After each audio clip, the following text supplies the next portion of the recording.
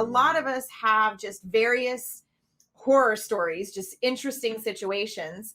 And I thought it would be a really good idea to kind of share some of those because we tend to learn from our mistakes. So you had an incident that actually I've heard come about a couple of times, which is that you had a servicer back out very soon before or very close to the close of escrow, and that screwed up and had the domino effect, which is kind of why I wanted to bring it, because you had that domino effect happen with a house to sell and everything. So share with us what happened and kind of some of the backstory on that. So it's actually still happening. I'm hoping. I had a seller sell and then buy. And as you all know, that with purchasing a property contingent on needing to sell your home, it's not super attractive. After missing out on a lot of great homes, they decided that they would actually try to drop that contingency. So Molly was so gracious enough to help me out with her Airbnb. My clients actually are staying in one of her properties right now. So we got them out. And I was the listing agent on the home that they're selling, and vetted the lender, through my preferred lender, had him cross-qualified. Everything looked good. 2 days prior to closing, I had all contingencies were removed. I had the termite repairs done, which were about $2,400. So it wasn't just like a few $100. It was a, pretty legitimate number. And that afternoon, right after we had done the repairs, I got a phone call from I think it was the lender that called me and said that the investor on this particular loan had backed out due to a new overlayment that they were putting on all of their loans. They didn't really care that this one was sitting in the pipeline about to close, and that anything over 45% DTI was no bueno, and it was out.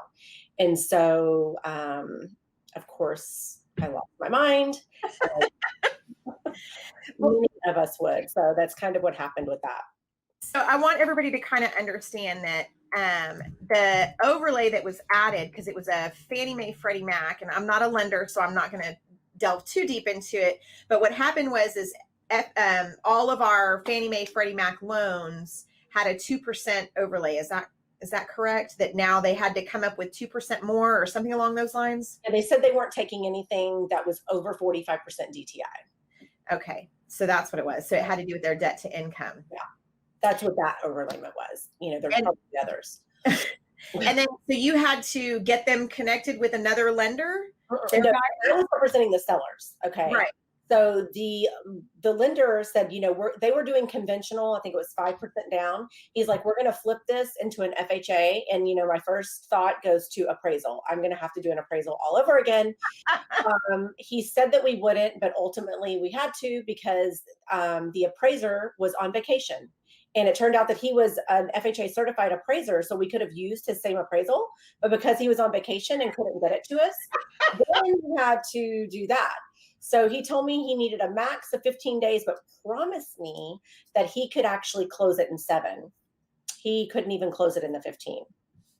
Wow. And it was, I don't know, probably another 3 or 4 days beyond that, getting it to close. And then the domino effect was that my buyers are also using a mortgage broker. And, again, not everything is in-house.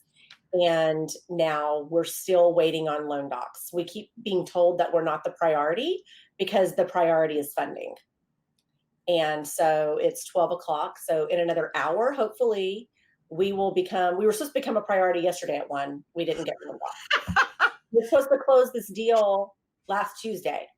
Oh my goodness.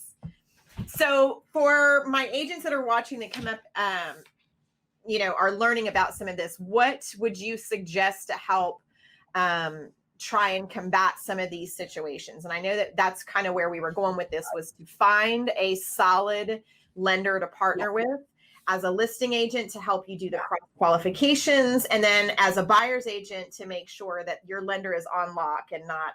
Yeah, I would make sure that you're working with a lender that is a direct lender. ask them if they have, in-house underwriting, in-house funding, so that, they can call their actual coworker and it's not someone on the East Coast or someone not even in our state that doesn't understand, our market here.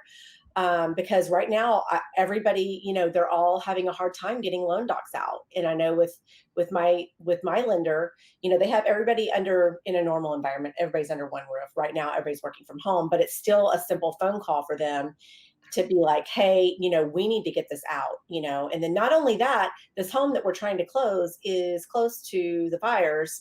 And so if FEMA catches wind of it, then that could create a whole other nightmare. They could put a stop to the funding. And so, it's literally the perfect storm. So I would say as a buyer's agent, make sure that you're dialed in with a lender that is reliable and trustworthy during this time, that they'll go to bat for you. And as a listing agent, I'm always pretty, strict and tight with all of my cross quals and counters and all of that. But I mean, I'm going to really be vetting even harder on who they're using for lending, moving forward, Good. Oh my goodness. Yeah, it's tough. It's really, really tough. So then, and I did want to share just with everyone that Fairway does service some of their own loans. So they are a dependable partner and they are one of our preferred vendors. And then, of course, Sean Cahan at Cornerstone, he actually services a bunch of his own loans as well. And so pretty much when they tell you what's good, you know that it's going to move forward. So just have to give them a little plug there. So now, next I wanted to share, because a lot of us are having the issue of appraisals lately. I had one recently. The VA appraiser came back and didn't appraise the property, or they did appraise it, but they appraised it at 622. We were in escrow at 653 with 10 back, which meant that the seller wanted the 643. And the seller, especially in this market right now, the seller dug their heels in and refused to lower a nickel, because they knew that we could take it off of the market. They could take it off the market, put it right back on the market, and they'd probably end up with more than we originally offered and got into escrow for. And one of them closed. And so I just, what have your experiences been like lately? I know that you had one with an appraiser that came up and it really threw a monkey wrench into everything. So on the listing side, were you representing the seller or buyer? The buyer. And at the last second, mommy stepped in and saved the day because they were tapped. That was the end of it. Yeah. I was like, I must have said we're canceled 17 times during this transaction, just because it was like, there's no way. And then at the last minute, mommy stepped in and pulled money out. Yeah. Listing wise, I haven't had any, knock on anything. Right. But I was representing a buyer where it happened. And fortunately, I was able to negotiate it down, to what it appraised at. And they didn't have to, come up with any money at all. That was nice. But a while back, I was the listing agent on a home in my neighborhood. Obviously super familiar with all the floor plans and homes. And there were 2 model matches that comped out at like 680. They weren't really anything spectacular. I'm sorry, one was 680, one was much lower than that because of some crazy things that were happening in the home. But we had a better lot, we had better views, we had a lot more upgrades. So, I listed the home at 695. And, I prepared my sellers. I said, worst case scenario, you're going to get 680, and you might have to come down some, maybe it could be a little better than that, but who knows? So we had multiple offers, all the way up to 700. They ended up, it turned out that some people that I knew walked into the open house, said, will you represent me? They were one of the offers. And my sellers wanted to move forward with them because they were also friends. What could go wrong? Right. So we all knew each other. And the appraiser shows up. I did all my homework. I called pendings. I got, have you appraised yet? When will you close? noted any kind of updates that mattered on those homes, had my whole packet prepared. I handed over to the appraiser. He basically does not care, tells me that none of it matters. And I was like, okay. So, by the way, it was a VA buyer. Mhm. So that's important to know in this as well. And next day, we get tidewatered for $30,000 under our purchase price. So for those that don't know and don't work VA like the two of us do, can you explain Tidewater? Tidewater is just when the property does not come in at value. That's what the term that the VA uses for the home. And you have, I think, 2 days to prepare a rebuttal. Mhm. I've only known two agents ever that have ever been able to get them to change their mind or come up. It's really, really hard to do.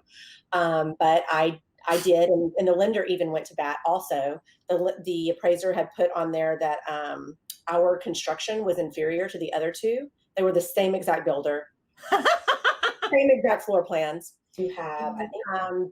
you know, I forget what else. He said some stuff that it just didn't even make sense.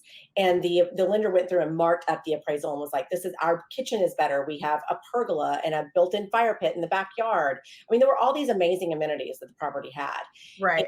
And, I provided why, we priced the way we did. Of course, nothing, I didn't expect for anything to change. Nothing changed. My buyers were furious, thinking my sellers should come down 30 grand. And I was thinking, no way. Like, I firmly believed, that the home was worth the 695. And I sat down with my sellers and I looked them in the eye. I said, that I'm representing both of you. I have everything to lose by telling you this, but Right. my loyalty lies with them, and their best interest comes first. And I said, I highly recommend that we cancel this escrow. I said, they don't have the money to come up to even meet you in the middle, and they're not going to because they're so angry. And I said, I just think that you should cancel. We go back on the market. I'm like, you're going to get another offer. Literally, I think it happened right before the weekend. We were back in escrow the following week, like Monday or Tuesday. Same purchase price. I disclosed to the buyer's agent exactly what had happened. I said, look, if there's an appraisal issue, my sellers are more than willing to be reasonable. What $30,000 is just, that's not reasonable. And so get the appraisal. I mean, oh, by the way, let me back up. So a lot of people think that on VA appraisals that they will stick with the home. I don't know if that was like that years prior or if it was just a myth or whatever, but I went to my lender. I said, hey, is this VA appraisal going to stick with the home, for the next buyer? So he made some phone calls because he wasn't sure either, and found out that as long as we get a new VA buyer, that a new appraisal can be ordered and that there's no trace of the other appraisal. Wow. Because I've always gone by it. Right. Don't get another VA buyer. Right. No, we got in escrow with another VA buyer. And so I think they were very hesitant because they weren't sure whether to believe my lender or not. And Right. like, he made all the phone calls necessary. And anyhow, I'm at the house with the appraiser. I give him my same packet. I start giving the same spiel. I do not mention that we were in escrow before. Do not mention that there was an appraisal issue. He thanked me for all of the information, told me that, the pendings, everything, was super helpful. And then I think he could tell that I was probably a little nervous. He looked at me and was like, you don't have anything to worry about. We're good on value. He's like, you're good. I was just like, okay, and I told my sellers, hey, he said that we're good on value, but until we see it in writing, don't get your hopes up. Sure. Right. The next day, the appraisal came in at full value, $695, $30,000. So I think the moral of the story is if you have appraisal issues like that and you are just 1,000% sure of where you're at least, I knew that it was worth more than the 30 grand difference, right? Right. I knew it was at least 680. And I just, it was in my seller's best interest to, hey, let's go back, let's go get another buyer. That is not true, with the whole VA appraisal thing. And, at the end of the day, my sellers were so stoked because they didn't have to come down, even though they were prepared to, if they had to.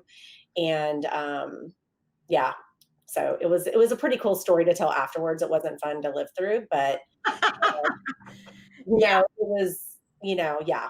So it was crazy.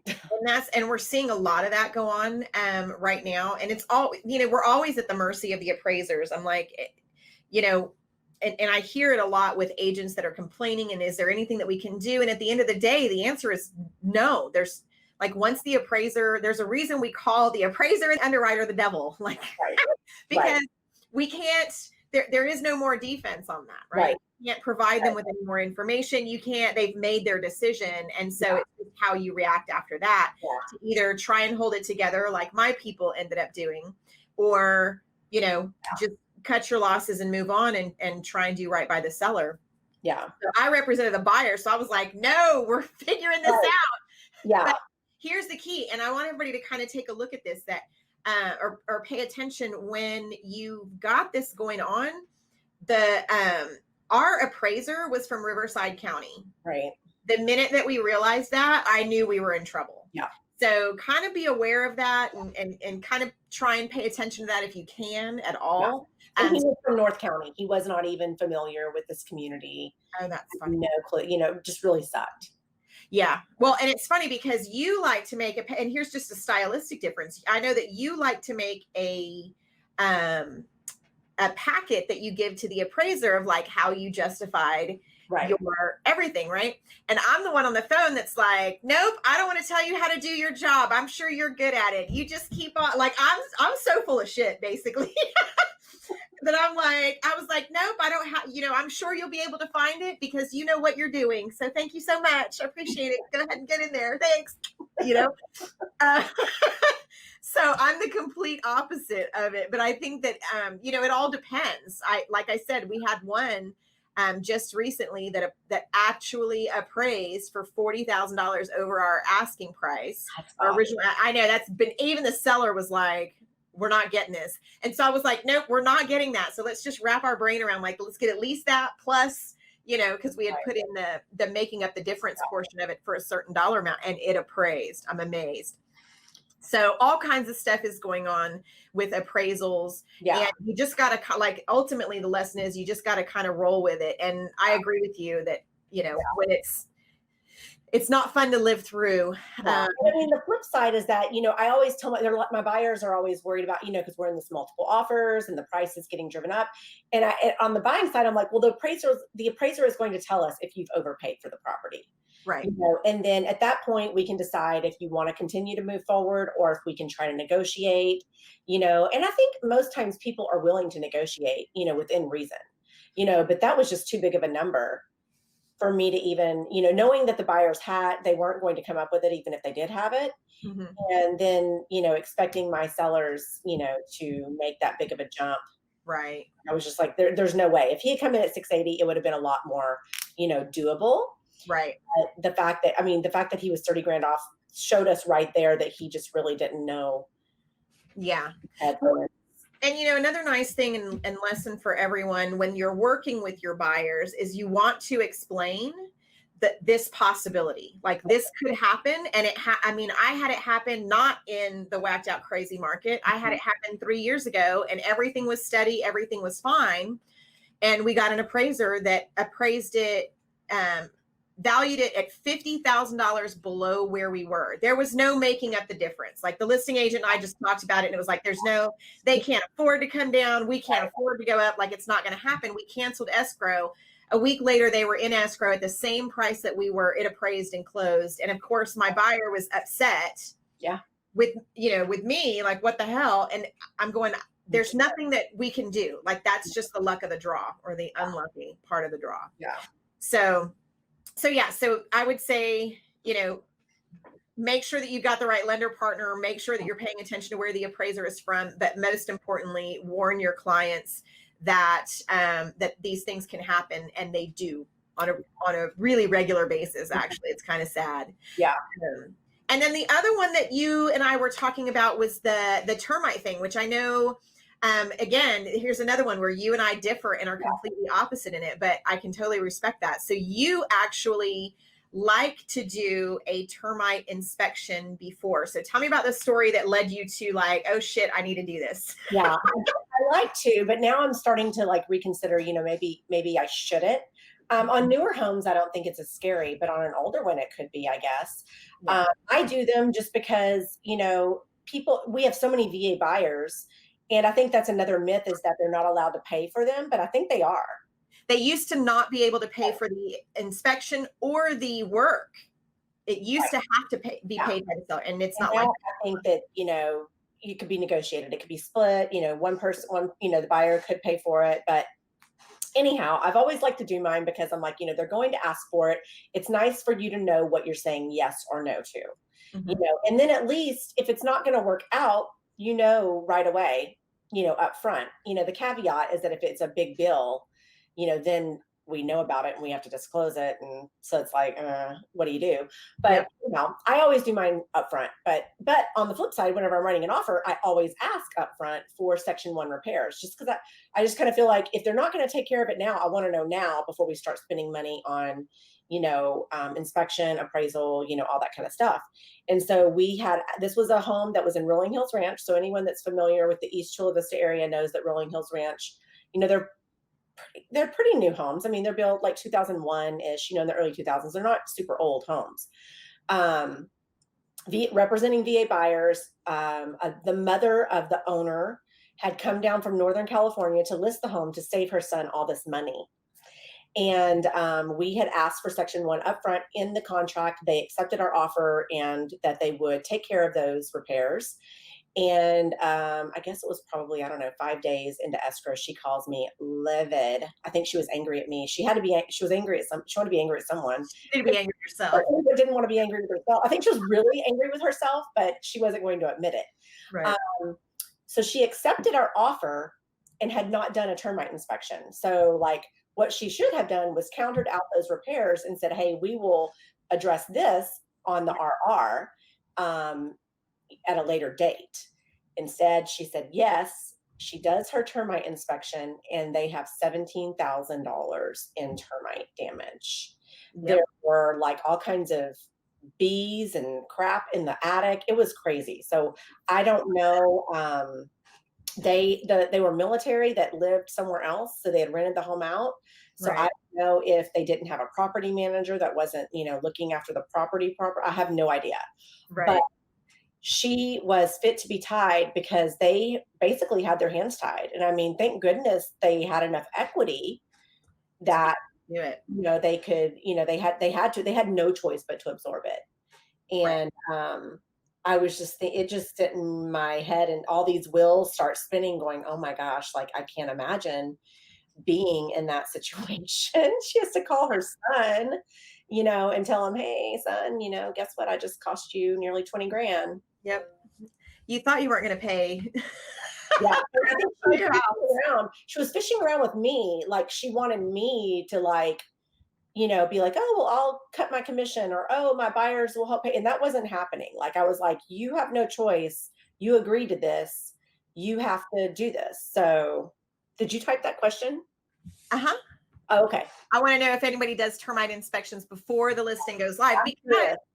Well, yeah, exactly. So if you guys that are watching this, please be sure to comment because we can see those on the side here. But the reason why, like, I learned it just from being kind of like you, from being on the buyer side and going, ooh, damn. And so I do them when I know that there's going to be a problem. Like if I can see ahead of time. I will do it ahead of time if I can see that there is an issue. I can see that, you know what I mean? Like sometimes you can just see the rotting wood. I was at a house the other day, the pergola. I was like, they're just going to tear this down. If we're going to ask for Section 1 and they're just going to take it down, they're not going to replace it because there's no way in hell.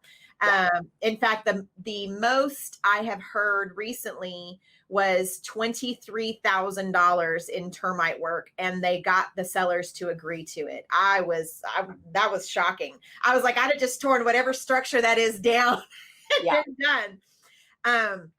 But so if I can see that there is some obvious damage to the property, that's when I'll do a termite inspection because you can see it. They're going to, it's kind of like that. You can see it. They're going to ask for it. So let's figure out what we're talking about. I did that on one property. Luckily, we could see it and there was over $5,000 worth of damage. So when we listed the property and we started to negotiate with some buyers, we were able to explain like, we'll take your low offer, but we're countering out any kind of termite, anything. So, and we're not doing the work. So that increases what was in my buyers or in my sellers' pockets. And then we're not doing this. We're not doing, you kind of make that work. And that's kind of what I want everybody to understand is that if you use it as a negotiating tool to make sure that the buyer and seller are coming together and getting things done, right? Then okay, fantastic. But now I have started where I'm just countering it out. I counter it out completely, but I send it in an email. I'm like, no, so, seller does not agree. But then in the email, I put them like, the seller does not agree, but you can still ask for this in the request for repairs. We just want to know what we're talking about beforehand. And it's funny because I've actually seen agents that get upset and they're like, well, but it's required. And I'm like, the hell it's required. It's not required. It's required. It's required by the lender. It's not required that the seller pay for it. Exactly. And that's why I'm like, it is not required that we agree to this. It's a point of negotiation. So calm down and let's keep on keeping on. Like either we're going to do this or we're not. And so that's kind of one of the things that I find funny. But you were talking about before, I know listing agents that will do it beforehand. So they know what they're talking about, right? The one thing that I would say, the lesson to be learned for everyone is, if I'm representing a buyer, I'm automatically asking for the termite inspection and Section 1 clearance automatically, right? Because same thing, if I can get you to agree to it, fantastic. My buyers are awesome, right? As a listing agent, you need to be paying attention to that, because if you don't pay attention to it and you don't know, you could come back with a $17,000, $23,000 bill, which could if they don't have enough meat on the bone, that could totally ruin your transaction. Like you lose the listing completely. Like we can't afford to sell anymore, if you can't negotiate it away somehow. So that's where I would definitely try and make sure, that either you're doing it beforehand or you are countering it out. But just to let your clients write a blank check, you really want to be careful of that as a listing agent. Well, the other thing too is if you're a buyer's agent, you want to find out some lenders require Section 2. And so you want to find out when you're writing that offer, do you require Section 2 or is it just Section 1? Because if they require Section 2 and you don't know that up front, it could be a deal killer.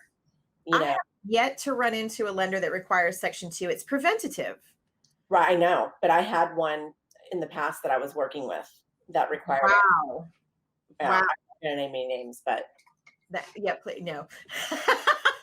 But that's I know it is. I know. We all have our running shit list going.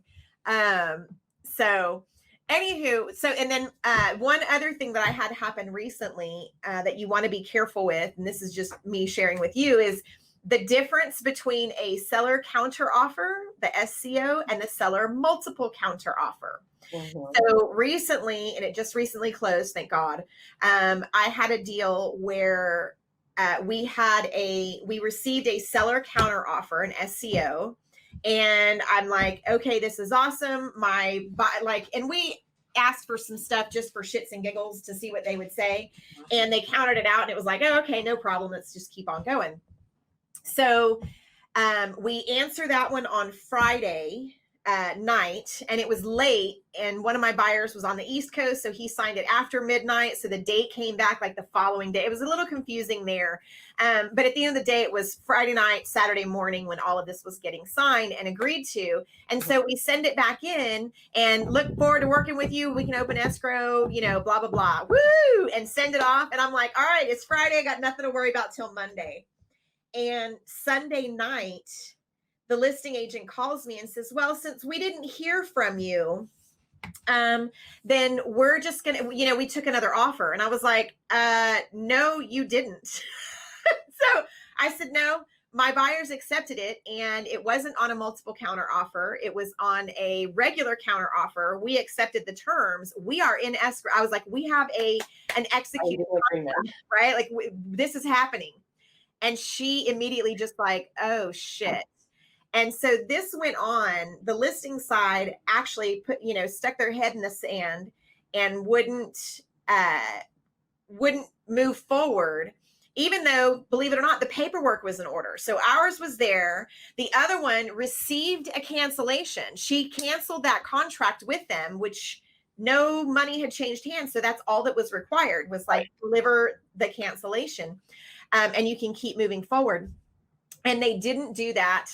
And I was just baffled by this because they would not acknowledge what we were doing. And what ended up happening is the other buyer's agent finally called me and said, I'm confused on the dates and I want to figure this out. And I'm like, look, my buyers are not even due to move into town until December. So they are willing to dig their heels in and wait this out as long as it takes. Are your buyers willing to do that? Because here are our dates. We do have the executed contract. We are the proper buyer for this house.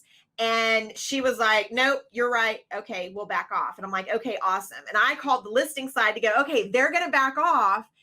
Let's keep this moving.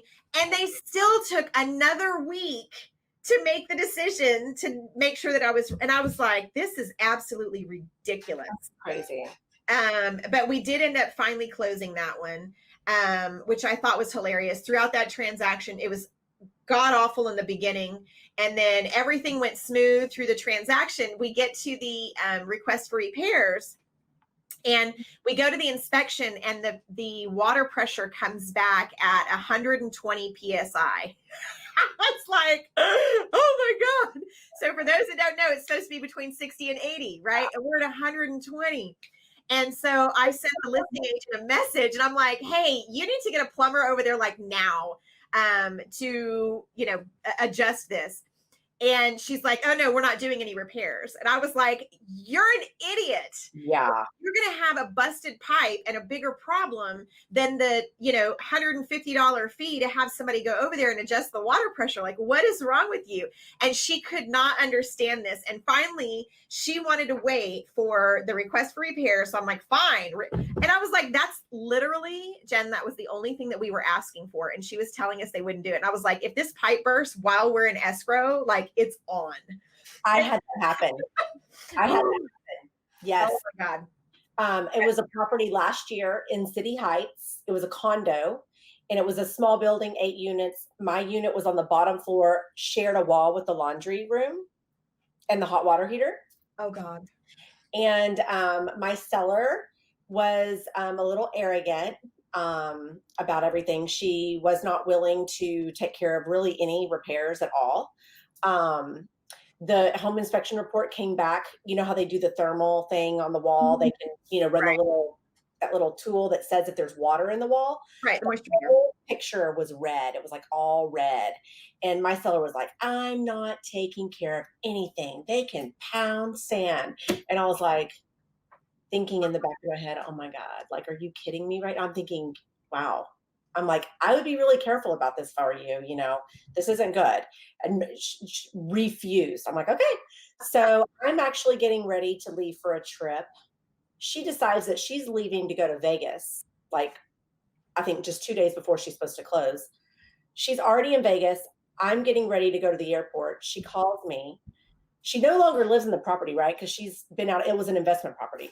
One of the still had her number. Text her, hi, so-and-so. I don't know what's wrong with your unit, but the windows are steaming and they have a lot of condensation on them. She calls me, water. Wants me to go to the unit, and I'm like, I'm on the way to the airport. So I'm like, what can I do? What can I do? So I call one of my coworkers. I was at a different brokerage at that time. He lived in City Heights. I said, can you please, is there any way you can go and check on the property? He gets there, and it is flooded with hot water. 2 days before close. Valve was connected right into their place. Oh my God. Before close. So what ended up happening? How'd you guys? Well, I mean, now the seller has to get fixed. I'm giggling, thinking, "Oh, karma sucks." I mean, it's my client. I'm thinking, well, I mean, if it had happened after the close, they could have come. I mean, they possibly could have come back after her, because it was disclosed to her, and she didn't really take care. I don't know I don't know what that would have looked like. I don't know. I mean, but I was telling her it wasn't a good idea at the time to let it go. But Right. anyhow, so she called the insurance company. I think her insurance company and the HOA met in the middle on everything. The buyers did not walk away. I could not believe it. They did not walk away. They were like, "Well, if we get to pick everything out, we'll stay." And see, the backstory on that is that this was not the first time this had happened with the laundry room. It had happened before, Oh my and the god. buyers knew about it. HOA. Close to them, and so even knowing all of that, they stuck through it, and they were like, "If we get to pick everything out, basically, we're getting new paint, we're getting new floors, we're getting kind of a new lavatory, in that bathroom." It went on for, like, another month. I didn't I It was terrible, Oh my god, that's crazy. but I couldn't believe it. I was like, "Oh my god, hot water." It was terrible. Well, you know what? This is kind of the reason for this whole thing is because we all like, and I always tell people, I'm like, I even tell my clients, I'm like, if the transaction is perfectly smooth, like I start to freak out thinking, what did I miss? Right? Like what, what did I screw up here? Because It's something gonna come back and get me later. I did, right. Like I'm just waiting for something to go wrong that I need to fix. Which I think is funny. But I mean, I've had a hurricane steal money. That was interesting. The day of closing. And I've had, the cancel at the last second. Buyers bought a car. That's my favorite. I had one that bought a pair of shoes and screwed up the loan. Pair of shoes, $60 pair of shoes. Stop. $60 pair of shoes screwed up the loan. Oh my god. So, I mean, there's all kinds of stories, and I want to make sure that we start sharing these as agents, which is why down at the bottom it says if you have a horror story to share, then email it to me at molly@mollywinkle.com. And that way we can get more of these stories out there and we can start learning from each other. So, thank you. And I will see you guys later.